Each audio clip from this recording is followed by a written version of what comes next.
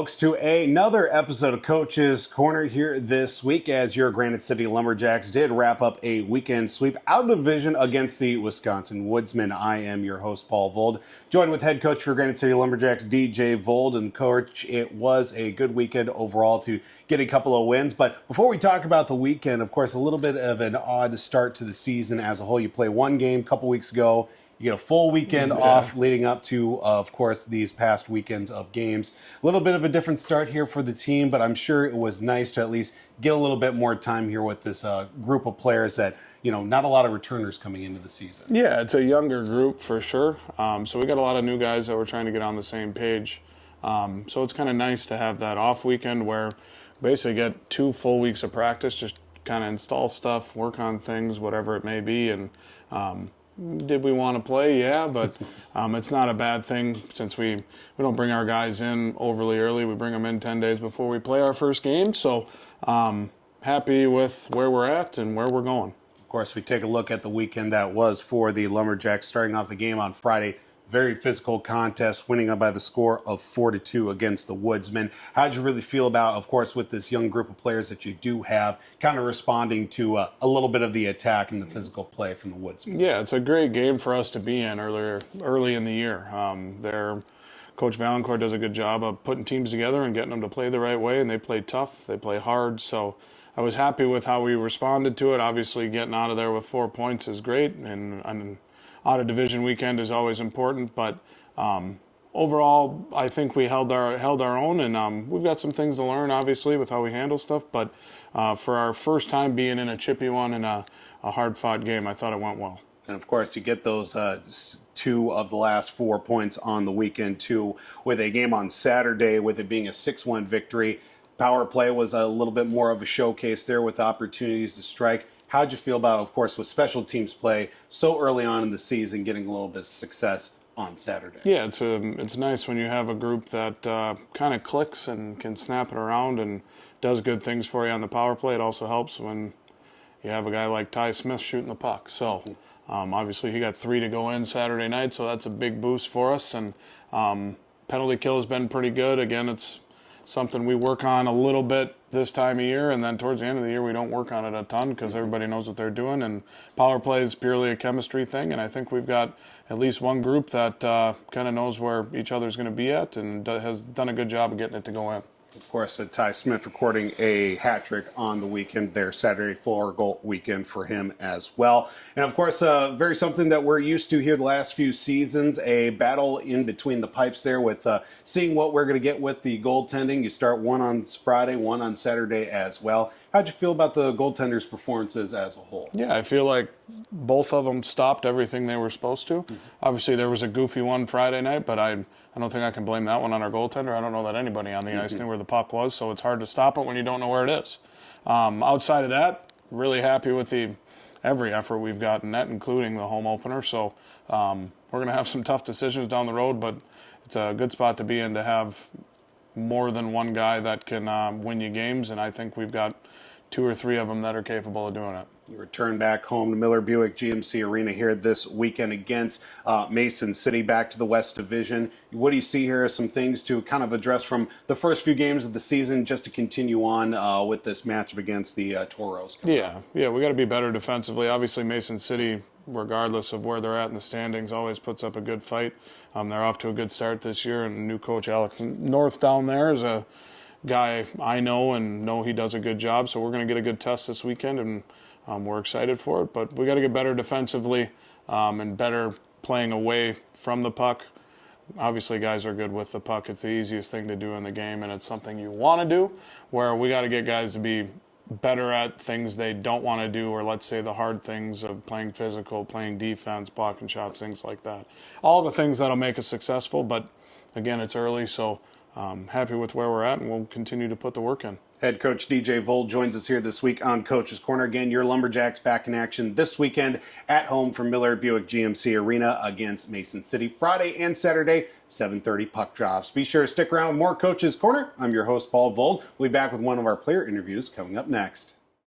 And welcome back to Coach's Corner this week. Now time for one of our players with your Granite City Lumberjacks. Got number 25, Ty Smith, joining us here this week. Ty, thanks so much for joining us. Thank you. Of course, a great weekend that it was for the Lumberjacks in sweeping the Wisconsin Woodsmen. But before we get to that, from a player's perspective, we talked with Coach Vold about, you only get one game in leading up to this weekend, but a couple extra weeks of practice there.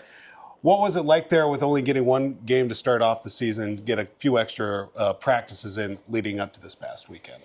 I think it's really good just to get that first game in before we start 2 games a weekend, just so those guys get their toes in the water and get in the swing of things. Absolutely, and of course that paid out in dividends with a couple of wins over the weekend, winning 4-2 on Friday, 6-1 on Saturday. It started off the game on Friday. A little bit of a roughhousing kind of contest on Friday, but get the win by the score of 4-2. How'd you feel about the response? Of course, you being one of the few returners from last year, how'd you like to see some of these young guys really step up and with the response? Yeah, it's obviously very nice to have those young guys step into those roles very early on in the season and contribute on the score sheet as well. Absolutely. And then he carried that momentum into Saturday. You had a little bit of success, I will certainly say, with a hat trick and a 6-1 victory, too. What did you really notice in the difference from at least your guys' play from Friday into Saturday? I think we just played a lot harder, a lot more intensity. We're just hitting more and getting the puck in deep. Absolutely. And of course, talk about yourself as well. Of course, you did have a nice weekend overall, but coming into this year, maybe what's a couple of things or maybe just one thing that you've noticed from your growth of play from last season going into this year? I think it's just more confidence knowing the game. It's a lot easier that your second year than your first year because you kind of know what to expect. So, yeah. Absolutely. And of course, we're going to be back in divisional play coming up this weekend against Mason City. Their team right now, just the way they've gotten off to a start this year, they're on the top of the West Division standings right now. What do you see here as a good start to the week, of course, with, leading up to practice and preparation for the week? I think we just got to stick with it. Don't get too high on ourselves. And Mason City's obviously very good. So we just got to play like we did this weekend and come out with those wins. Again, Granite City will be back in action coming up here this weekend from Miller Buick GMC Arena. It'll be 7:30 puck drops. That will be Friday and Saturday. You can find out more by going to na3hl.com. We're here with number 25, Ty Smith, this week with your Lumberjacks. Ready for some rapid-fire questions, sir? All right, starting off with a couple questions that we had from last year. Carrying over, any changes to the pregame routine from last year? No, not really. Okay. How about the pregame meal? You keep things the same? What's that go-to pregame meal? Yeah, I usually go to noodles, get a buffalo chicken mac, and then that's pretty much it. All right. And then one thing that we've gotten this year, we've got red helmets to go along with the team. But if you had to choose head-to-toe, helmet, jersey, breezer covers, what is your ideal fit for this team? I like the white out with the blue gloves. Yeah. All right. I like that, too. Who on the team, from carrying over from last year into this year, who do you see as, who are you most happy to see again back on the team? Probably Wassy. Okay. All right. Wasson Gesso is always great to have. And we were prefacing before the show started, and, well, this one was probably answered pretty quick. Hidden talent. Do you have one? No, not really. But you did mention something that we'll bring up here in just a moment. Early on in the year, you're kind of learning some of the new guys, of course, some of the guys from last year. Who has the most interesting rookie-vet dynamic? I'd say probably Tiernan and Ingberg. Okay, Yeah. Interesting. A couple of interesting kids right there. And this is a two-part question here. You're on a deserted island. Who's one guy you want to be stuck on a deserted island with, and one that you do not want to be stuck with?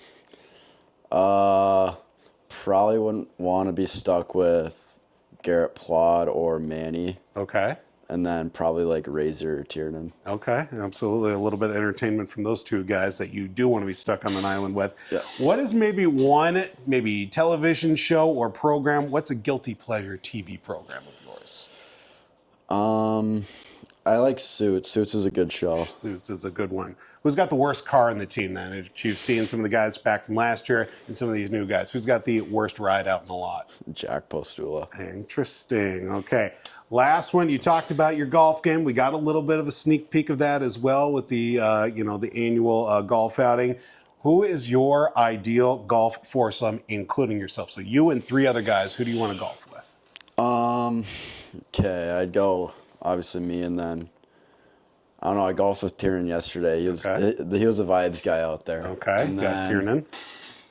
I think probably Dine. Okay. And I'm going to go Spurls. I like that. I like that. It's a good foursome right there. Number 25, Ty Smith, joins us here this week on Coach's Corner. Again, Granite City back in action this weekend. 7:30 puck drops from Miller Buick GMC Arena. That will be Friday and Saturday against the Mason City Toros. Be sure to check out full scores, updates, and more by going to na3hl.com. And of course, with Coach's Corner, you can find us on all our social media platforms. I'm your host, Paul Vold. Checking with you guys next week.